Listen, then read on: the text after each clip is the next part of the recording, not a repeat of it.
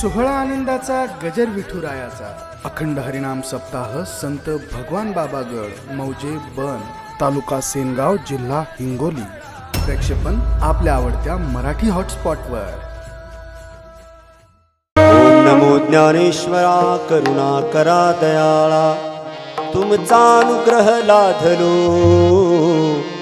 पावन झालो चराचरी. मी कला कुसरी काहीच नेले, बोलतो वचन अति भाविका. एका जनार्दनी तुमचा दास, त्याची आस पुरवावी, त्याची आस पुरवावी, त्याची आस पुरवावी.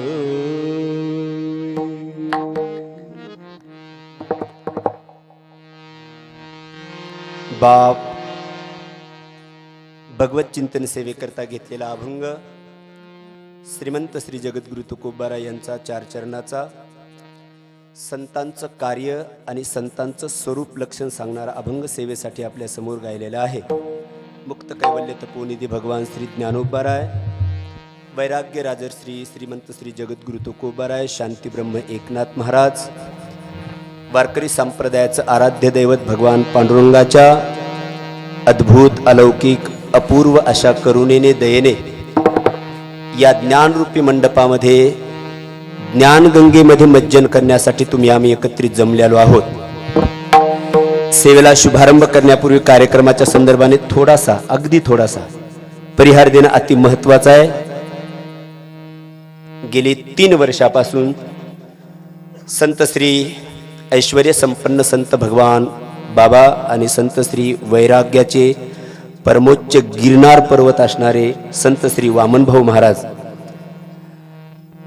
प्रातस्मरणीय नथुसिंग बाबा यांच्या कृपा आशीर्वादाने गेली 3 वर्षापासून चालू असणारा हा भव्य दिव्य उत्सव 3ऱ्या वर्षातली ही आजची 4थ्या दिवसाची कीर्तन सेवा आदरणीय विजय महाराजांनी माझ्याकडे दिलेली आहे. या मंदिराच्या पायाभरणीला मी होतो. गेल्या वर्षीही मला महाराजांनी संपर्क साधला.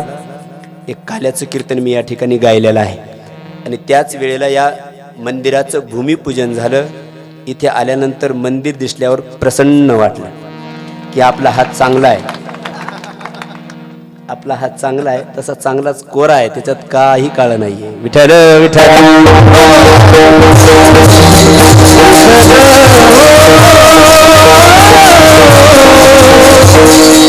गाव जरी छोटं वाटत असेल परंतु कार्यक्रम अगदी प्रसन्नतेने संपन्नतेने प्रपन्नतेने चालू आहे. सर्व आयोजक संयोजकाच्या चरणी नतमस्तक होतो. सर्वांचंच नाव घेणं मला शक्यही आहे आणि सर्वांचेच नाव घेत राहू तर आता राहिलेलाही वेळ मला तेवढा पुरणार नाहीये. आदरणीय सर्व माझे आदरणीय ज्येष्ठ श्रेष्ठ वंदनीय गायनाचार्य महाराज मंडळी, त्यामध्ये गणेश महाराज जटाळे, आदरणीय संभाजी महाराज, आमचे राजू महाराज घुगे, माझे क्लासमेट आमचे महाराज जे हार्मोनियमवरती आता मला साथ करण्यासाठी बसलेले आहेत. मृदंगावरती महाराष्ट्रातील सुप्रसिद्ध पखवाज वादक फड महाराज, आदरणीय आमच्या जटाळे महाराजांच्या संस्थेतील सर्व छोटे छोटे भविष्यातील मोठे मोठे महाराज मंडळी,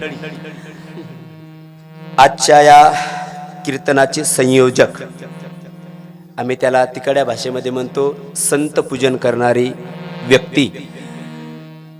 संत पूजनही करतात. संतांच्या पूजनाबरोबर मी जे काही त्यांच्याबद्दल ऐकलं की हॉस्पिटलमध्ये जी सेवा देतात ती अद्वितीय सेवा देतात, असे आमचे डॉक्टर देशमुख यांनाही नमस्कार करतो, वंदन करतो आणि सेवेला शुभारंभ करतो. विठ्ठल विठ्ठल.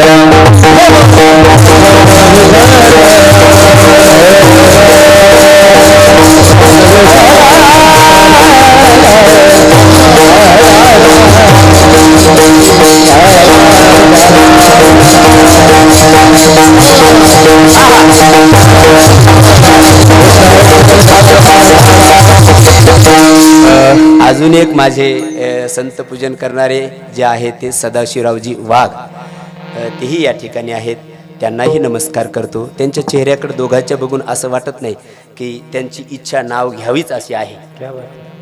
आणि इथे आपला सन्मान व्हावा यापेक्षाही, इथे सत्कार व्हावा यापेक्षाही आपल्याला संस्कार मिळावे या अपेक्षेने इथे आलं पाहिजे. इथे ज्ञानोबा तुकोबाराच्या शब्दांनी जर सन्मान सत्कार झाला तर संस्काराने जीवन परिपूर्ण होऊन हो कृतकृत्य झालो, इच्छा केली ते पावलो, मग काय मिळणार नाही महाराज.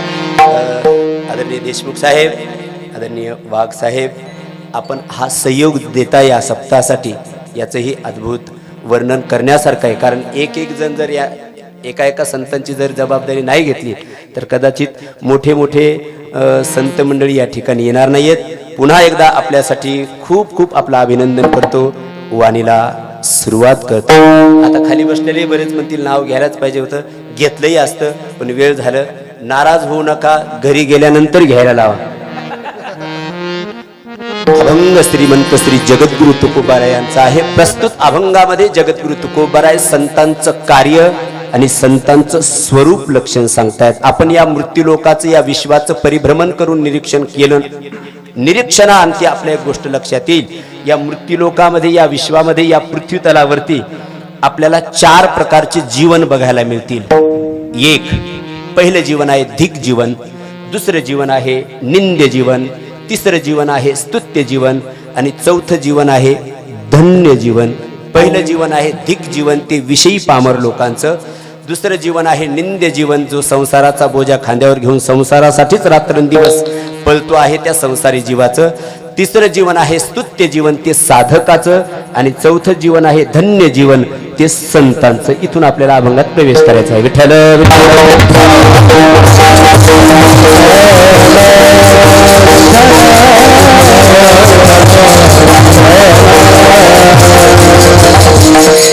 थोडा पूर्व पक्ष थोडा विस्ताराने मांडतो, कारण मला धन्यतेकडे जायचे. धिकतेचा विचार थोडा अधिक आपल्याला करायचा आहे. एक विषयाचं जर महत्त्व पटवून द्यायचं असेल तर शास्त्र सांगतं एका विषयाला निम्न करण्यासाठी वक्त्याला तो अधिकार शास्त्रकारांनी दिलेला आहे. पहिलं जीवन आहे धिक जीवन, विषयी पामर लोकांचं.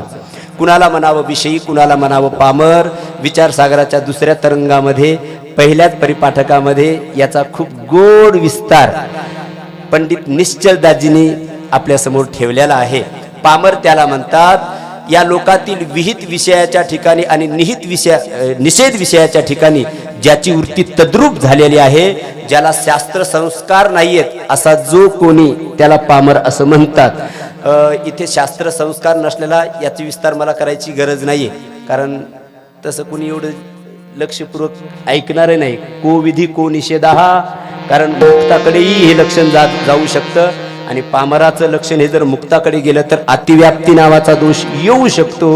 म्हणून ज्यांना समजायचं ते समजून घेतील. फक्त आता आपला त्याचा मुद्दा आपल्याला पटवून द्यायचा आहे. पामर त्याला म्हणतात विहित विषयाच्या ठिकाणी आणि निषेध विषयाच्या ठिकाणी ज्याची वृत्ती तद्रूप झालेली आहे, ज्याला शास्त्र संस्कार नाहीयेत, त्याला पामर असं म्हणतात. माझे सद्गुरू महाराज प्रातस्मरणे विठ्ठल बाबा देशमुख गोड व्याख्या सांगायची याची. अरे पामर त्याला म्हणतात ज्याला जो देव मानत नाहीये, ज्याला देशाचं काही कर्तव्य नाहीये, त्याला गावाचं काही कर्तव्य नाही. देवधर्म सांधी पडिले सकळ, विषयी गोंधळ गाजत असे, ज्याला पामर म्हटलं, ज्याला सैराट म्हटलं, काय म्हणायचं ते म्हणून घ्या तुम्ही. असा जो कोणी पामर आहे त्या पामराचा शास्त्रकारांनी धिक्कार केलेला आहे. त्याला विहित विषयी लागतात आणि निषेध विषयही लागतात महाराज. ते आदरणीय डॉक्टर महाराज जाधव एक गोड दृष्टांत सांगतात. आपल्या इकडे म्हैस असते ना, म्हैस, त्या म्हैसीला आंबवण ठेवतात. काय म्हणतात तिकडे? आंबवणच म्हणतात ना. तिकडे वालीस म्हणतात, पेंड म्हणतात. ते आंबवण रात्रभर भिजवल्या जातं आणि मग सकाळी घरातलं जे काही शिल्लक राहिलेलं असेल, उष्टा असेल, तेही त्याच्यात टाकल्या जातं. त्याच्यामध्ये काही मुलाचं जरी राहिलेलं असलं तेही त्याच्यात टाकल्या जातं आणि सर्व कालवल्या जातं आणि त्या म्हशीच्या समोर, टोणग्याच्या समोर ठेवल्या जातं. तो म्हशीचा टोणगा, ती म्हैस ते आनंदाने खाते महाराज. कुणासाठी हे वाक्य वापरलं मी? पामरासाठी वापरला. आता याचा जर अजूनच विस्तार करायचा असेल तर मग आता ते काही खाते महाराज, ते काही खाते. शास्त्र, हो शास्त्राचा, कारण वेदा आणि श्रुतीने आपल्याला काही नियम घालून दिलेले आहेत. हो, इदम कुरु इदम ना कुरु, हे करा, हे करू नका. इदम कुरु, हे करा, काय करा. मातृदेवो भव, पितृदेवो भव, आचार्य देवो भव. आता याच्यावर मी ट्रान्सलेशन करणार नाही, आमदार साहेब त्याच्यावर बोलून गेलेले आहेत. हो, त्याच्यामुळे माझं उलट अर्ध काम त्यांनी करून टाकलेलं आहे. मातृदेवो भव, पितृदेवो भव, आचार्य देवो भव, अतिथी देवो भव. श्रुतीने आपल्याला मार्गक्रमणा करण्यासाठी हा सिद्धांत आपल्या समोर ठेवलेला आहे. इदम ना कुरु, हे करू नका. काय करू नका. क्लव्यम्मा भक्ष, शराम्मा पिव, असत्यम्मा वद, परद्वारना स्पर्श, या गोष्टी करू नका. जर वेदाची श्रुतीचं जर, कारण श्रुती आपल्या आईपेक्षा आपली जास्त काळजी करते असं ज्ञानोबा राय म्हणतात. विठ्ठल विठ्ठल. नाही श्रुती प्रवृत्ती माऊली जगा. ज्ञानोबा राय म्हणतात आपली आई तरी स्वार्थापोटी काहीतरी थोडासा, हो, तिचा स्वार्थ ठेवून आपले हित पाहते, परंतु श्रुती वेद हे फक्त आपलं स्वहित पाहते महाराज, स्वहित. आणि त्या श्रुतीला जर डावललं तर मग पुनरपी जननम पुनरपी चा निर्धारा आपल्याला घ्याव्याच लागणार आहेत. इदम ना कुरु, हे करू नका. आणि तो पामर म्हणतोय हे सांगायचं काम असतं या लोकांचं. हो, हे सांगायचं काम असतं त्यांचं. त्यांना 15,000चं 20,000चं पाकिट देतात आणि त्यांनी हे पाठ करून आलेले असतात आणि ते सांगतात. अहो, सांगत जरी असले ना तर ते स्वतःच्या पदरचं नाही सांगत. कैवल्य तपोनिधी ज्ञानोबारायांनी सांगितलेलं सांगतात, जगद्गुरु तुकोबारायांनी सांगितलेलं सांगतायत. त्यांनी आता सांगून गेले की ब्रह्मवृंद घरी घरोघरी जाऊन मार्गदर्शन करायचे. आता त्यांची न्यूनता आल्यामुळे संत ते कार्य हाती घेऊन अनेक संत महापुरुष तारुण्यातले असतील, वयोवृद्ध असतील, हेच मार्गदर्शन आपल्याला करतात. त्याचा स्वीकार जर केला तर निश्चित परम कल्याण आहे. विठ्ठल विठ्ठल.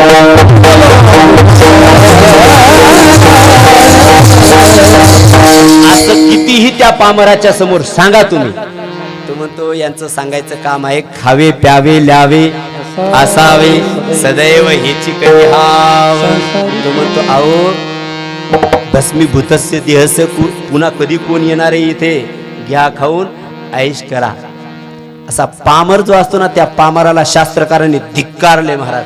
पामरी विषय जीवाचा त्यांचा धिक्कार केलेला आहे. म्हणजे त्यांच्या कशाचा धिक्कार केला? त्यांच्या सर्वस्वाचा धिक्कार केला. त्यांच्या वाडीचा धिक्कार, त्यांच्या बॉडीचा धिक्कार, त्यांच्या गाडीचा धिक्कार, त्याच्या घराचा धिक्कार, त्याच्या आत्म्याचा धिक्कार, त्याच्या परिवाराचा धिक्कार, त्याच्या सर्वस्वाचा धिक्कार विजय महाराज केलाय. धिक्कुलम धिक कुटुंबंच धिक्ग्रहम धिक सुतंच धिक आत्मानं धिक शरीरंच श्री केवलम परांगमुखम. त्याचा सर्वस्वाचा धिक्कार केलेला आहे. मग पामर विषयी, पामराची व्याख्या कळाली. शास्त्रकार विषयीची सांगतात. म्हटले महाराज पामर आणि विषयीमध्ये नेमका फरक काय? थोडा फरक आहे. पामर विहित निषेध दोन्ही विषयाचं सेवन करतो, परंतु विषयी जो आहे ना तो थोडा निषेध विषयाचा परित्याग करतो आणि विहित विषयाचं सेवन करतो. पण तो म्हणतो काय, हे विहित विषय मला इथेही मिळावेत, इथले जेवढे आहेत तेवढेही मिळावेत, पण परलोकात जेवढे आहेत तेही मला मिळावेत, याच्यासाठी कर्माचरण करणारा. म्हणते संसारी जन्मजे यज्ञाधिक कर्म कीजे, मग स्वर्ग सुख भोगेजे मनोहर.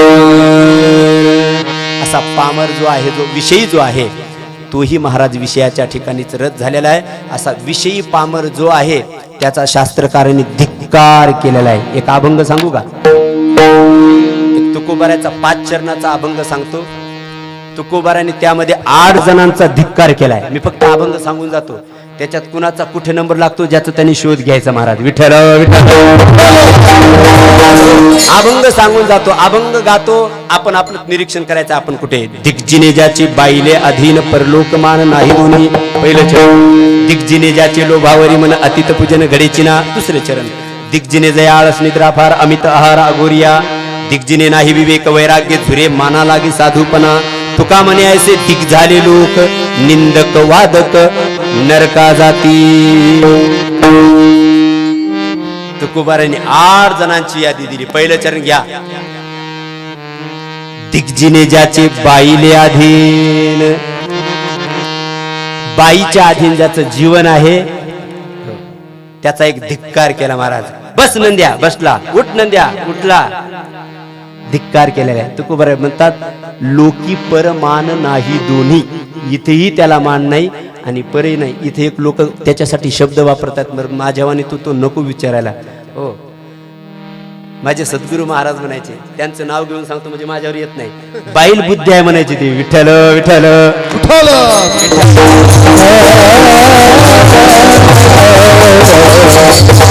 दिग्जने ज्याचे बाईले आदिन परलोक मान नाही दोन्ही. दिग्जने ज्याचे लोभावरी मन अतीत पूजन घडेची ना. अति लोभी जो आहे त्याचा एक धिक्कार केलाय. लोभी म्हणजे कंजूस, कंजूस म्हणजे चिंगूस, चिंगूस म्हणजे तुपात माशी पडली तर ती अशी उचलून घेणारा, फार सव्वाईने तूप वसूल करतो त्याला म्हणतात कंजूस, मक्खीचूस. अहो सप्ताह सुंदर चालू आहे, थोडी वर्गणी द्या ना. ते म्हणते ते काय आपलं काम आहे का? माझ्या बापजादाने कधी दान केलं नाही आणि त्यांची एवढी परंपरा मोडू का मी? नाही कळलं. माझ्या बापदादाने एवढी परंपरा करून ठेवली, द्यायचंच नाही महाराज किती जरी मागायला आले तरी. माझ्या वडिलाची मिरासी गा देवा, माझ्या वडिलाची परंपरा मी कशी मोडेल?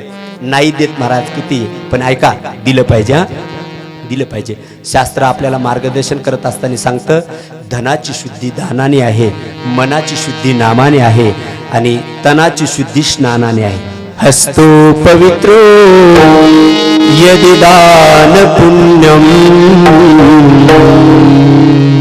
पादो पवित्रो यदि तीर्थयात्रा, कंठः पवित्रो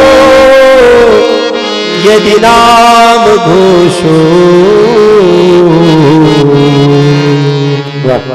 हृदय पवित्रो यदि ब्रह्मनिष्ठा. दिल्याने वाढत राहत महाराज. हो, देणाराने देत जावे, घेणाराने घेत जावे, पण ते घेता घेता येणाऱ्याचे हात न घ्यावे. विठ्ठल विठ्ठल. उपोद्घातात्मक शब्द तो वापरलेला आहे. दिलं पाहिजे, दिल्याने वाढतं महाराज. पण काही असे कंजूस असतात,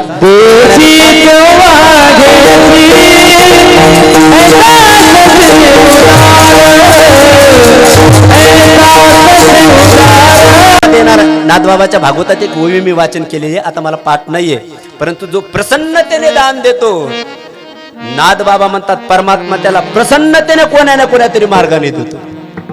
ते काल आता सांगू नसतं ते असं. आम्ही काल त्या राम मंदिरासाठी सद्गुरू माझे प्रातस्मरणीय महाराजांच्या नावाने 51,000 रुपये आम्ही काल दिले. नका टाळी वाजू, टाळी नका वाजू, त्याच्यासाठी नाही सांगितलं मी. मुद्दा पुढचा मला सांगायचा तो ऐका. ते दिले, आम्ही दिले सकाळी 12 वाजता. 4 वाजता आम्हाला परत आले. राम मंदिराकडून नाही आली, दुसऱ्या द्वाराने एकाने मला देणगी दिली. देणाऱ्याने देत जावे, परमात्मा त्याला प्रसन्नतेने दान देतो महाराज. अनुभव घ्या कधीतरी, तुम्हाला त्याचे अनुभव आल्यानंतर अनुभव आले अंगा, या जगात येत असे दिलं पाहिजे. पण एक म्हणला नाही मी देणारच नाही. बरं नको देऊ, किती कंजूस सांगू? ज्ञानोबाराच्या वाणीतून सांगतो, मी नाही सांगत. एकोपणाची उडी जळत आगी घाली ती उडी, ते अनायासे स्वगोडी सांडिती की विठ्ठल.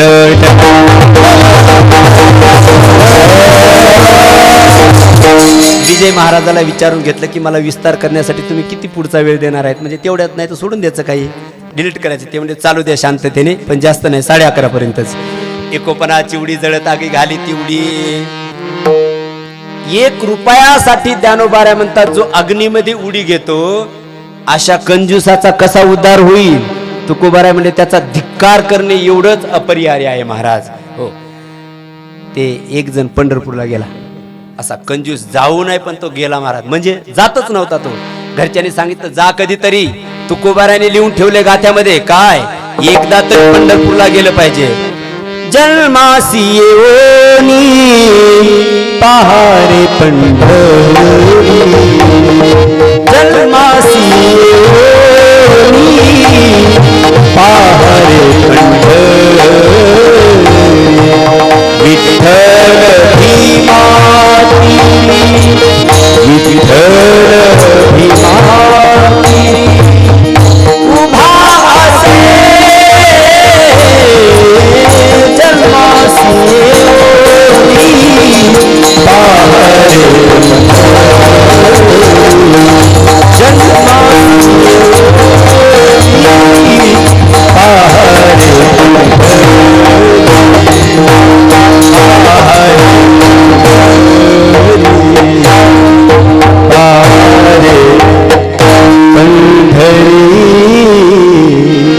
म्हणे जन्म आल्याचे सार्थक विठ्ठलची एक देखलिया.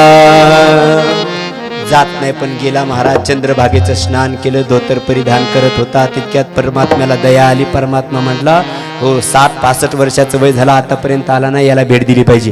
देवाचा असंच आहे, ज्याला भेट नाही द्यायला पाहिजे त्याला देतो, ज्याला नाही द्यायला पाहिजे त्याला लगेच भेट द्यायला जातो. परमात्मा वासुदेवाचं रूप घेऊन गेला आणि त्याला दान मागू लागला. 1 रुपया द्या म्हणजे हा घाट माझ्या नावाने नगरपालिकेने अंकित केलेला आहे, इथं जो स्नान करतो त्याला दान द्यावं लागतं. ते म्हटलं याच्यामुळेच येत नव्हतं इथे पंढरीला. आपण द्यावा लागेल तुम्हाला. तर म्हणलं एक काम करा ना, काय ते दान दिलं असतं, परंतु मी ज्या आश्रमामध्ये राहिलो ना, थांबलो ना, तिथे मी सदरा ठेवलेला आहे, त्याच्यात पाकिट आहे. तुम्ही एक काम करा, त्या आमच्या आश्रमावर या, मग तिथे तुम्हाला 1 रुपया देतो. भगवंत म्हणले ठीक आहे, तुझ्या खोलीवर येतो. तिथून निघाला, खोलीवर गेला. म्हटला फसवलं की नाही वासुदेवाला, आता कसं येईल माझ्याकडे? हो अहो मी चतुर आहे. म्हटला बंच आहे, आपलं बंच नाही, दुसरीकडचा घ्या, आता इथला कशाला घेऊ. हो फसवलं म्हणे वासुदेवाला. पठ्ठ्या चांगल्या चांगल्याला फसवणार आहे तरी वासुदेवाला काय? आणि असं म्हणणार, दरवाजा लावणार, तितक्यात आवाज आला वासुदेवाला वासुदेवाला. दरवाजा उघडला आणि बघितलं तर तोच वासुदेव जो घाटावरती भेटला होता. काय काय म्हणजे काय? 1 रुपया देणार होता, तो 1 रुपया काढा.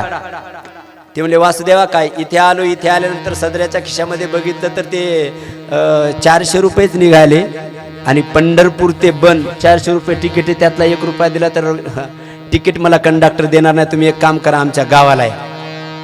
भगवंत म्हणले असं तुझ्या गावाला येतो? तुझ्या गावाला येतो. हे निघून आला महाराज. तिथून घरी आल्यानंतर मंडळीने विचारलं कशी काय झाली वारी? ती वारी जाऊ दे म्हणे तिकडे खड्ड्यात. झालं काय? तिथे गेलो, स्नान केलं. बरं मग काय करते? तिथे वासुदेवाला 1 रुपया मागत होता. बरं मग काय? दिलाच नाही मी. इथे परत निघून आलो.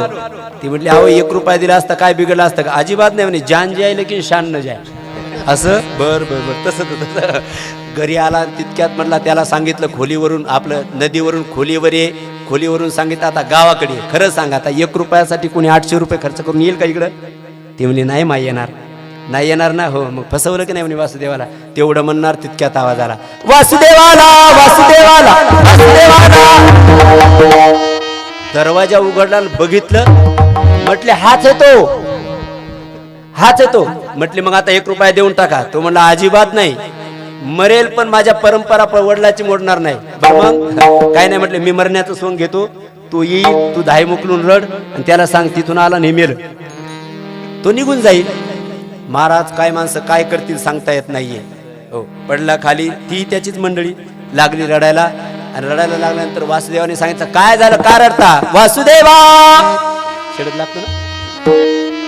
कधी नाही पंढरपूरला आमचे मालक गेले. बर मग आल्या आल्या मेले. आल्या आल्या मेले. हो अरे आता जिवंत होता मेला कसा? आता न सांगता तुम्हा कळू येते अंतर, त्याला काय? म्हणजे पठ्ठ्या मरायचं सोंग लगे घेतो. ती लागली हाय मोकळून रडायला. खेड्यातले प्रसंग महाराज 10-12 माता मावल्या जमल्या. काय झालं म्हणजे आले आल्याच मेले ते. हो तितक्यात मग भजने मंडळी जमले. विजू महाराजाला फोन केला, या विजू महाराज म्हणून. विजू महाराज आले. मग सर्वजण भजने आपल्या आपसात म्हणत होते का हो एवढ्या वाऱ्या केल्या आपण, झाडावरी मुंगळा करतो येर धरा तैशा करी वाऱ्या वेर पंढरीच्या. आपण एवढ्या वाऱ्या केल्या पण पंढरीचा राजाने कधी दर्शन दिलं नाही. हे एका वारीत मुक्त झालं म्हणे. मुक्त झाला हो एका वारीत मुक्त झाला. लागले महाराज भजन करा. तितक्यात तो वासुदेवाला भजनाने विचारलं कुठले होतो मी? पंढरपूरचा. कशासाठी आलात? हे मेलं ना, यांनी 1 रुपया कबूल केला होता, तो नेण्यासाठी आलो होतो, परंतु आता हा मेला. बरं मग तुम्ही चालले का पंढरपूरला? आता जायचंच आहे पंढरपूरला, परंतु आमचे पूर्वज सर्व सांगतात शत्रू जरी असला तरी त्याच्या मौतीला थांबावं माणसाने. आणि मी तर पंढरपूरचा आता याची मौत केल्याशिवाय कसा जाऊ? महाराज वासुदेवाने सर्व तयारी केली. वासुदेवाने लगेच सांगितलं पाणी आणा गरम. आता तिथं काय तिने सांगितलं कोमट आणा. तिने कोमट आणलं. वासुदेवानी भगवंत रूपी वासुदेवाने सूर्यदेवताला सांगितलं डोळ्याला हात नाही दिली. चल डोळ्याची देवता सूर्यदेवता आहे. असं कडक पाणी तापवलं. तिला वाटलं गरमच आहे, कोमट आहे. जे कडक पाणी ओतलं त्याच्या अंगावर, एवढं कडक पाणी ओतलं. आता म्हणायचंच बाकी लागलं काय? जळव माझी काय लागला हो नवा. पण नाही म्हटला महाराज. तसंच सहन केलं त्यांनी. बांधला, उचलला, अमरधामध्ये नेला, सरणावरती ठेवला, तरी उठे ना फड महाराज. बर मग भगवंत रूपी वासुदेव त्याच्या म्हटले, अय चिरंजीवाला बोलवा अग्निडाग देण्यासाठी. देशमुख साहेब, पंढरपूरचा वासुदेव म्हटला ते मुलगा वगैरे काही नाही, मग पंढरीचा वासुदेव मी. माझ्या हाताने जर याला अग्निडाग दिला तर निश्चित सांगतो तुका होय, हा निश्चित याचा उद्धारच होणार महाराज. तुका म्हणे माझी भाक जन्म नाही रे, आणि याला पुन्हा जन्मच नाही, याची पार पुनरपी जननमची यरधारा समाप्त करून जातोय. इकडे घेतली परिक्रमा केली, कानाजवळ येऊन सांगितलं उडतू का देऊ लावून आता. तरी पठ्ठ्या उठणे महाराज. घेतलं ते हातामध्ये, दिलं लावून महाराज. लावल्यानंतर ही माता माऊली मग खरं रडायला लागली.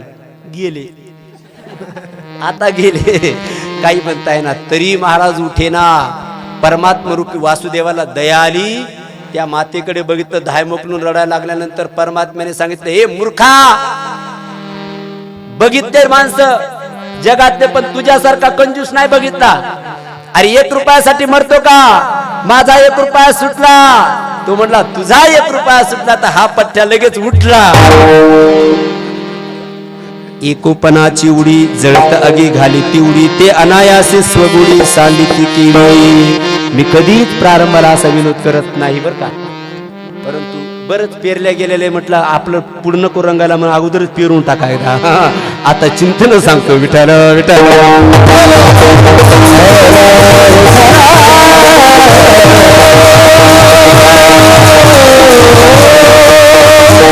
माझा सांगायचा मुद्दा हा होता, अहो किती जरी कमवलं तर महाराज इथेच राहणार आहे. दिल्यानं वाढतं महाराज, दिल्याने वाढतं. दिग्जनेजाचे लोभावरी मन अतिथी पूजन घडेची ना, म्हणजे अतिथीचा जिथं सन्मान होत नाही त्यांचा एक धिक्कार केला. आपल्या घरी आला ना कुणी अतिथी तर त्याला सहज महाराज, आपल्या खेडेगावात म्हणताच ते शहरातलं असतं, शहरातल्या माता मावल्या म्हणतात, खेड्यातल्या मावल्या असं नाही म्हणत. ओ बाबा काय जेवण करून जा, चहा घेऊन जा. तितक्यात जर धोत्रावाले बघितलं तर मग काय, केशर टाकलेलं दूध घेऊन जा, म्हणजे उद्या तुम्हाला कोणी देईल अशासाठी सांगून केशर टाकलेलं दूध घेऊन जा महाराज. पण शहरात नाही म्हणे, शहरातल्या माता मावल्या म्हणत असतात चहा घेता का? आमचे पण असे रगड झालेले असतात फिरून फिरून, ते घेता का नाही? तुम्ही आणून पातेलं ठेवा, आम्ही बरोबर ओतून घेतो. आपल्या घरी आलेला 5 बोटा ऐका, 5 बोटाचा धर्म अति महत्वाचा आहे. शास्त्रकार सांगतं ज्यांनी 5 बोटांनी दान केलं नाही ना, अशा माणसाच्या मौतीला सुद्धा जाऊ नये. गेलं तर त्याचं पाप तुमच्या डोक्यावर लागेल. विठ्ठल विठ्ठल.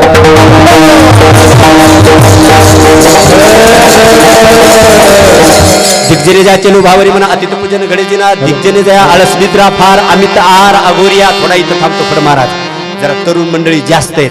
बरेच लोक असं म्हणतात, काही नास्तिकवादी, जगद्गुरु तुकोबारायांनी लोक हे आळशी बनवले, म्हणजे कर्तव्य विन्मुख केले. अहो कर्तव्य विन्मुख नाही संतांनी समाज केला, संतांनी कर्तव्य सन्मुख समाज केला. की बाबांनो, तुमचं जे नित्य कर्म आहे ते तुम्ही तुमचं कर्म करत राहा. हो कह कबीर कुछ उद्यम कीजे. संतांनी नुसता आपल्याला ज्ञानोबा तुकोबाराय म्हणा, विठ्ठल विठ्ठल म्हणा एवढंच सांगितलं नाही, तरुण मंडळीसाठी सुद्धा त्यांनी खूप चिंतन केलं महाराज. त्यांनी आपल्यासाठी सांगितलं काय, बापाच्या जीवावर उड्या मारू नका, स्वतःचं कर्तबगारी काहीतरी दाखवा. बाप कमाई तो है ही है, लेकिन आप कमाई दिखाओ कुछ. विठ्ठल विठ्ठल. दैव दैव आलसी पुकारा, नाथ दैव कर कवन भरोसा. तुकोबाराय म्हणतात आळसी राहू नका, आणि आळसी राहिला तर दिग्जनेजा आळस निद्रा किती झोपाव? 6 घंटे 10 नाही 6 घंटे झोपा माणसाने, कमीही नसली पाहिजे झोप. दिग्जनेजा आळस निद्रा फार झोपू नका, कर्तव्य करा. हो कर्तव्य करा. जोडून या धन उत्तम व्यवहारे, उदास विचारे वेच करी. उत्तमची गती तो एक पावेर, उत्तम भोगील जीवखानी. कोण म्हणतं या प्रमाणाचं ज्यांनी वाचन केलं, कोण असा म्हणू शकेल की संतांनी कर्तव्य विन्मुख समाज केला. विठ्ठल विठ्ठल.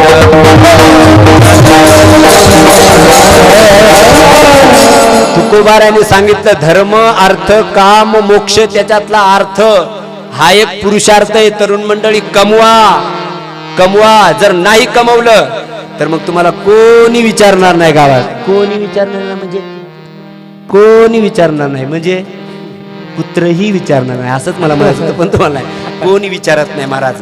कुछ मस्तक में होगा तो दुनिया हस्तक देती है. म्हणजे आपली प्रज्ञा, आपली बुद्धी, आपल्या तरुणपणाच्या काळामध्ये विद्यार्जन करण्यासाठीच घातली पाहिजे. जर आता जर फेसबुक आणि व्हॉट्सअपमध्येच जर गेलं तर पुढं कोणी विचारत नाहीये. विठ्ठल विठ्ठल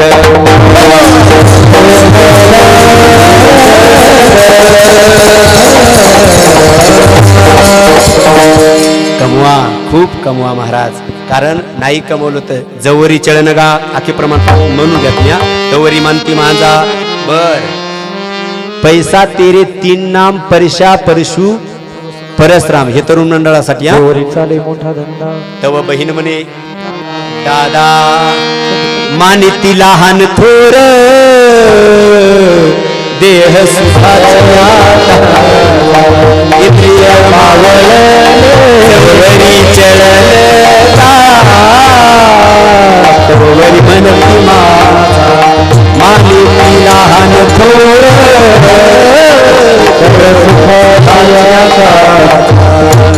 सर्व जे असतात ना जन हे सुखाचे दिल्या घेतल्याचे. म्हणून कमवा.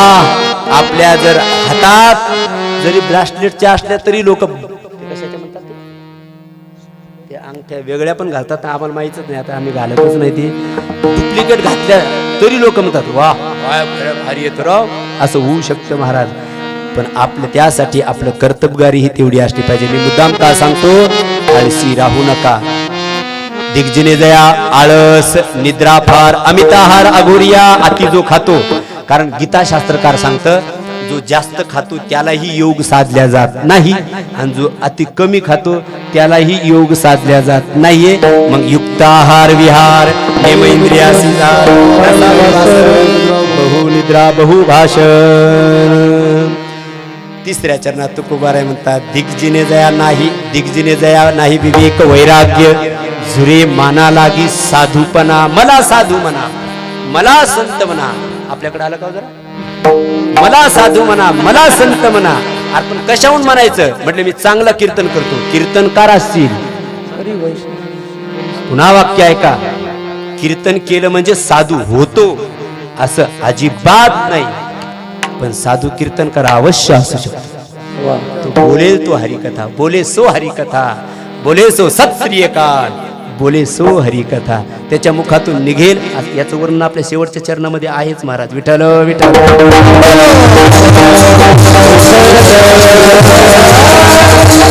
अरे साधू असेल संत असेल तर तिथे एक गोष्ट असणं आवश्यक आहे. थोडी विद्या नाम बोलणारा कमी असला तरी चालेल, पण तिथे ज्ञानोबारा म्हणतात विवेक असणं अति महत्वाचं आहे. संत तेथे विवेका चंद्र तेथे चंद्रिका. संत तेथे अंबिका. संत तेथे विवेका असले कीजिए. चंद्र तेथे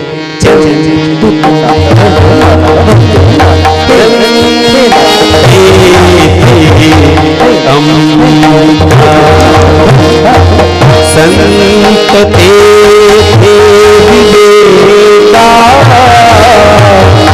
असले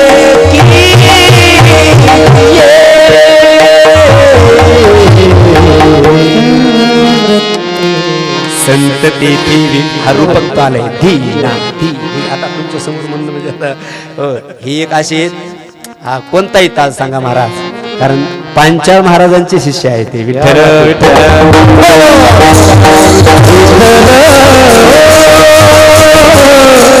मी उगाच सर्व आहेत म्हणून म्हणायचा प्रयत्न केला बरं का. तसं काय वजन टाकलं असं काय नाही. संत तेथे विवेका असणे की जे तिथे विवेक पाहिजे. विवेक शब्दाचा अर्थ आहे त्याला पृथक्कीकरण करता आलं पाहिजे. हो आता ती विवेकाची व्याख्या विचार सागरात ती जाऊ दे, इथं कुठं सांगून बसू. ज्याने या जन्मी मागच्या जन्मी निष्काम कर्म उपासना करून आपल्या अंतकरणातील मल विक्षेप आवरून या दोन दोषाची निवृत्ती करून जो साधन चतुष्टय अधिकारी आहे तो ज्ञानाचा अधिकारी आहे. या खालची पुन्हा व्याख्या करण्यासाठी की विचारसागरकार म्हणतात ज्याचा सत्सत विवेक जागा आहे, ज्याला सत काय आहे असत काय आहे खरं काय आहे खोटं काय आहे विहित काय आहे, निषेध काय आहे, शुभ काय आहे, अशुभ काय आहे, याचं पृथक्करण ज्याला करता येतं त्याला म्हणतात विवेका. चाचूचेनी सांडसे रेपे पाणी राजहंसे, तुझं ज्ञान विज्ञान तेसे वाटून देऊ विठ्ठल विठ्ठल.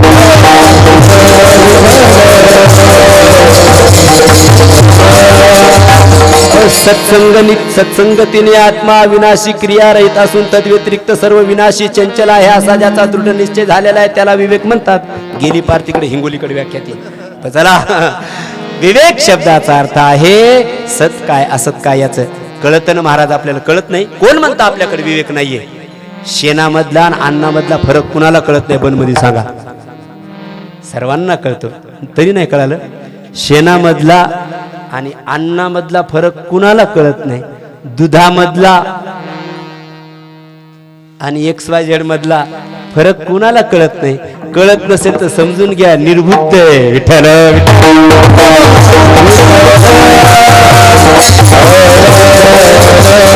संत तेथे विवेका असणे की जे दिग्जिन जया नाही विवेक वैराग्य झुरे माना लागी साधूपणा. तुका म्हणे असे दिग झाले लोक निंदक वादक नरक. वादक या शब्दाचा अर्थ वाद लावणारे. वाद लावणारे. माझे गुरुबंधू आहे, तसं कसं म्हणेल मी? अहो तिकडे जाऊ शकत नाही. तुकोबाराने लावणी मृदंग गाणाराचा नंतर नंबर दिलाय, तुमचा नंबर दिलाय अगोदर. लावणी मृदंग श्रुती ते बाबा टाळ आणि मग तुम्हाला शेवटी घातले घोष. ऐका मृदंगाचा. कशासाठी निघले? निंदक वादक नरका जाती. वादक शब्दाचा अर्थ वाद लावणे. बऱ्याच लोकांना ही सवय असते ना, काहीच म्हणलेलं नसतं तर इकडं तिकडं तिकडं इकडं इकडं पुन्हा तिकडं. नाही ते तुमच्याच बद्दल असं म्हणत होता. त्या बिचाऱ्याने काहीच म्हणलेलं नसतं, त्यांनी म्हटलेलं नसतं, यांनीच म्हटलेलं असतं. याच्यातून कळतं काय माहिती काय? हे कोण्या जातीचं आहे. म्हणजे जात या शब्दाचा अर्थ वाद लावणारी अशी एक जात आहे महाराज.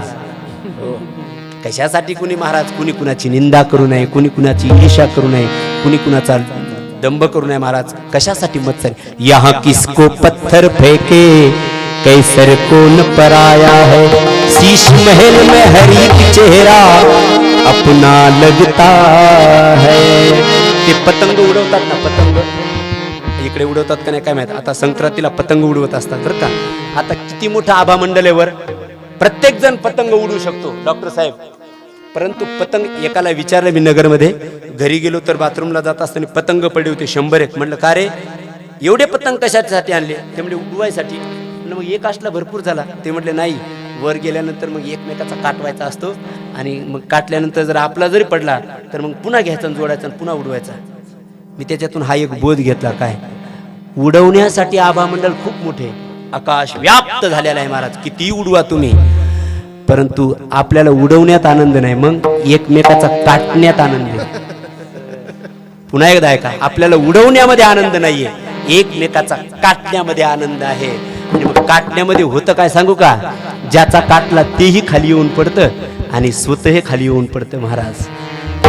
मग त्याचाही विनाश आपली ते ही परंपरा. ते खेकड्याचा दृष्टांत सांगितले जातो, सांगत नाही मला. ते एकमेकाला ओढतं. मग ते अमेरिकेमध्ये विचारले हे काय आहे? म्हणले हे आमच्या लोकांची अशी परंपरा आहे, एकमेकाला खाली ओढण्याची, कुणी कुणाची निरीक्षा करायची काही करत नाही. कारण सिय राममय सब जग जानी करहु प्रणाम, जोरी जुग पान सर्वाघटी राम देहादिक सूर्य प्रकाशक सर्वत्र परमाव्याप्त आहे. तर मग कुणाचा ईर्ष्या करायची? दिग्जिने जया वादक नरका जाती अशा 8 जणांचा धिक्कार केला. याच्यामध्ये आपण जर कुठे असेल तर याच्यातून मार्गकर्मणा करून त्याला बाजूला काढून आपण सतसत विवेक बुद्धीने मार्गकर्मणा पुढे करूया. विठ्ठल विठ्ठल. तुकोबारांनी या धिक्कारतेचा एवढा विस्तार केलेला आहे, अजूनही मला कित्येक प्रमाण देते. तुकोबारा एका ठिकाणी अजून म्हणतायत, हा तपसरी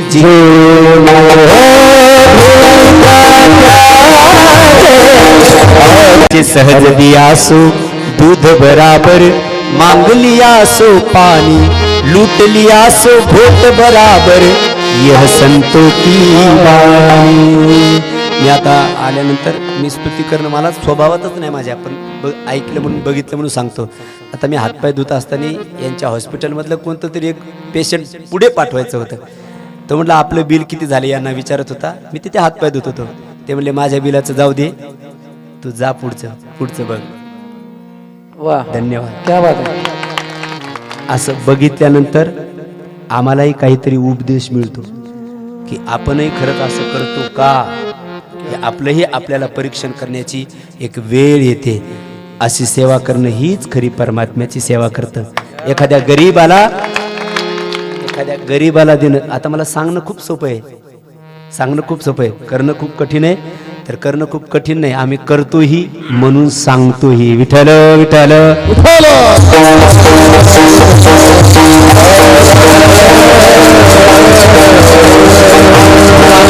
ब्रह्मांड ठेंगणे हात पसरीजीने धिक त्याचे. पहिले जीवन आहे धिक जीवन, विषयी पामर जीवाचं. दुसरं जीवन आहे निंदे जीवन. हो, संसाराचा बोजा खांद्यावर घेऊन संसारासाठीच रात्रंदिवस पळणारा. चला ना कीर्तन करायला, नाही वेळच नाही. चला ना कीर्तन करायला, वेळच नाही. आळंदीला चला, वेळच नाही. अहो मरायला वेळ नाही. अरे पठ्ठ्या मारायला वेळ काढावंच लागत नाही, तिथे आपोआप वेळ निघतो महाराज. तिथे थांबावं लागत नाहीये. मग तो म्हणतो नाही ते आमचं काम नाही, म्हाताऱ्या माणसाचं काम आहे. मला लय आनंद वाटला इथं आल्यानंतर. तरुण मंडळी खूप आहे तिथे. विठ्ठल विठ्ठल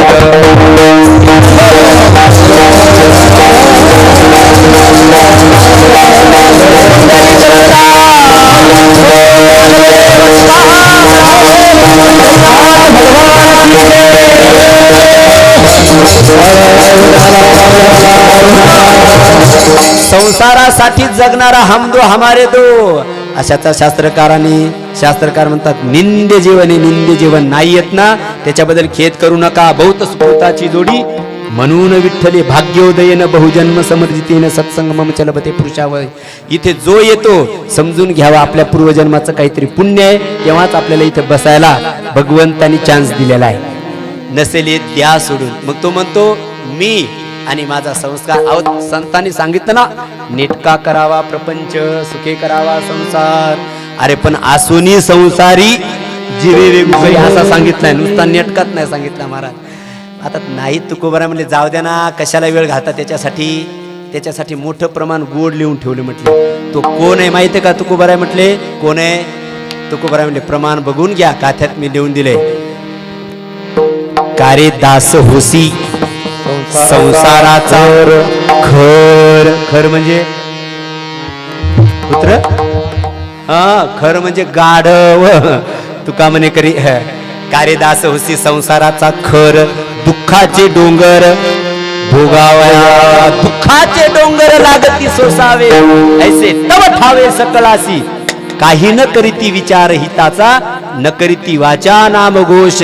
खेदात्मक वचन तुकोबाराला बोलावं लागलं. हो खर आहे म्हटले तो खर. अशी उपमा का दिली सांगू का. बिजू महाराज ते गाढवा असतं ना, त्या गाढवाला उकरड्यावर बांधा, तक्रार अजिबात नाही. बरं बांधायसाठी त्याला दावच लागतं असंही नाही. दावच म्हणतात ना, रस्सी लागत नाही, दोरी लागत नाही. मग त्याचा मालक त्याच्या पायाला असं करतो. त्याला असं वाटतं मला बांधलं. कुणाला बर त्याला असा हात फिरवला, त्याला वाटतं मला बांधलं. अहो रात्रभर रात्रीतून एक इंच सुद्धा ते बाजूला जात नाही. ऐसा ज्याचा दृढ विश्वास. एवढा विश्वास महाराज. दुसऱ्या दिवशी त्याचा मालक येतो, मग त्याला सोडायचं असतं, त्याच्या पायाला असं धरतो आणि उलटा हात फिरवतो असा. मग त्याला असं वाटतं माझ्या मालकाने मला सोडलं, आणि मग असा हात फिरवतो मालक, थाप टाकतो की चालला. कोण गाढव. कोणता असं वय. बर बर बर कार्य आता ते कळालं. पण हात कोण फिरवतं हे कृपया मला सांगायला नका सांगू. हे ज्याचा त्यानेच अनुभव घ्यायचा घरी जाऊन हात फिरवायचा. विठ्ठल हात फिरवला की चाललाच कामाला महाराज. दिवसभर राब वाहतो. पण काय जन्मा येऊन या केली म्या जोडी. हाची घडोघडी चित्ता येतो आठवून. शेवटी कळू येईल अंतकारी. त्यासाठी आतापासून जागा हो. होई बा जागा, होई बा जागा, होई बा जागा, होई बा जागा, होई बा जागा, होई बा जागा, होई बा जागा, होई बा जागा, होई बा जागा. जागा होई बा जागा होई जागा होई जागा होई जागा आता वावगासी नसील वावगासी नसील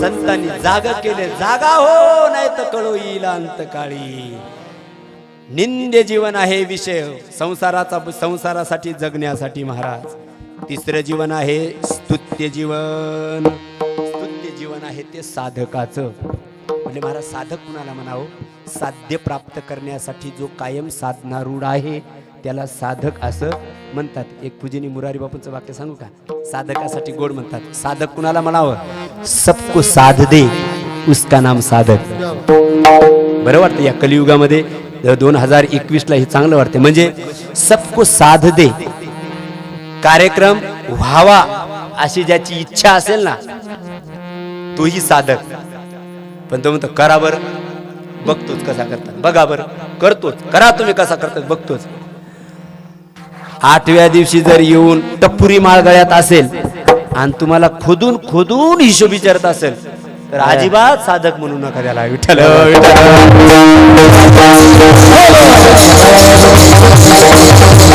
अहो तुका म्हणे सत्य कर्मा व्हावे साय धातरिया भय नरकर्ता करविता अर्ध पुण्य लागे मोडविता दोघे नरका जाती साधक त्याला म्हणतात हो सबको साध दे उसका नाम साधक हो पण तुकोबरायची भाषा तुकोबराय म्हणतात मी साधक त्याला म्हणतो साध्य प्राप्त करण्यासाठी जो कायम साधनारूढ आहे त्याला मी साधक म्हणतो महाराज कोणती साधना केली पाहिजे त्या साधकाने तुकोबराय म्हणले मी सांगून ठेवले त्रिसूत्री साधना जो करतो त्याला मी साधक असं म्हणतो त्रिसूत्री साधना म्हणजे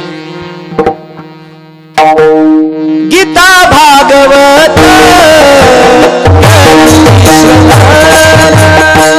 गीता भागवत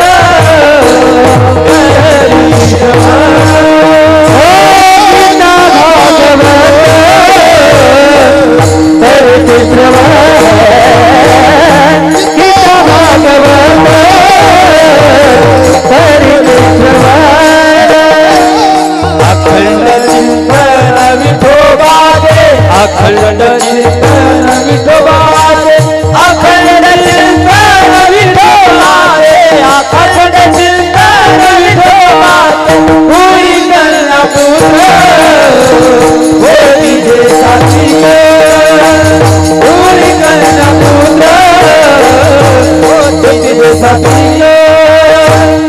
अखंड चिंतन विठोबाचे अखंड चिंतन विठोबा अखंड चिंतन विठोबाचे अखंड चिंतन विठोबा कुळ कर्ण पुत्र होते साथी कुळ कर्ण पुत्र होते साथी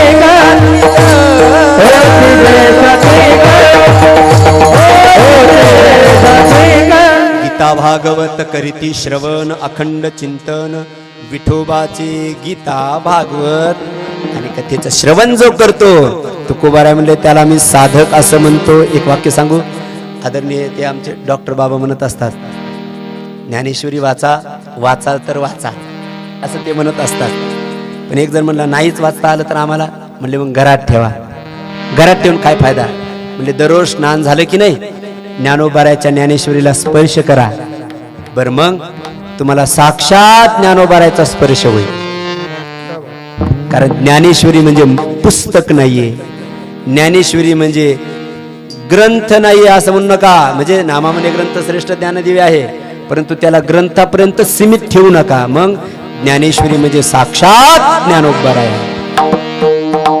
त्या ज्ञानेश्वरीला स्पर्श केला,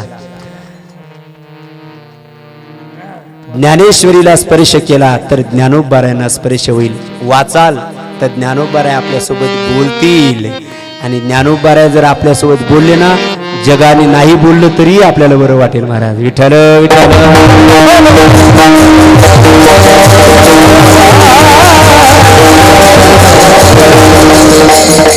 गीता भागवत करीती श्रवण अखंड चिंतन विठोबाचे. तुकोबाराय म्हटले मी त्याला साधक म्हणतो, आणि अशा साधकाची मला सेवा घडली तरी माझ्या देवा पार नाही. मग तुकोबाराने आपली सेवा करावी, तुकोबाराने आपले पाय धरावेत असं जर वाटत असेल तर तुकोबाराने साधक बना, आणि गीता भागवताचं भगवान पांडुरंगाचं नामस्मरण करा, तरी माझ्या देवा पार नाही. साधकाचं जीवन स्तुत्य आहे. महाराज दिग जीवन सांगितलं, निंद्य जीवन सांगितलं, स्तुत्य जीवन सांगितलं. लवकर सांगा ते धन्य जीवन कुणाचं? म्हणजे धन्य जीवन आहे संतांचं. पहिला प्रश्न, संतांचं जर धन्य जीवन असेल तर पहिला प्रश्न आमचा हा आहे, संतांचं धन्य जीवन असण्याचं कारण काय सांगा. आणि नंबर 2, कोणत्या संतांचं धन्य जीवन आहे ते सांगा. पहिला प्रश्न, संतांचं जीवन धन्य आहे? हो आहे. तर मग संतांचं धन्य जीवन असण्याचं कारण काय? कारण कार्यकारण भाव सिद्धांत. कार्य दिसत आहे महान, तर त्याचं कारण काहीतरी महानच असलं पाहिजे. महाराज मग कार्य जर तुम्ही त्याला संतांना धन्यता देत असाल तर त्याच्या पाठीमागचं कारण काय सांगा. तुकोबाराय म्हणले तेच कारण मी अभंगाच्या पहिल्या चरणाच्या उत्तरार्धात सांगितलं. सोहळा आनंदाचा गजर विठुरायाचा. अखंड हरिनाम सप्ताह संत भगवान बाबागड मौजे बन तालुका सेनगाव जिल्हा हिंगोली. प्रक्षेपण आपल्या आवडत्या मराठी हॉटस्पॉटवर.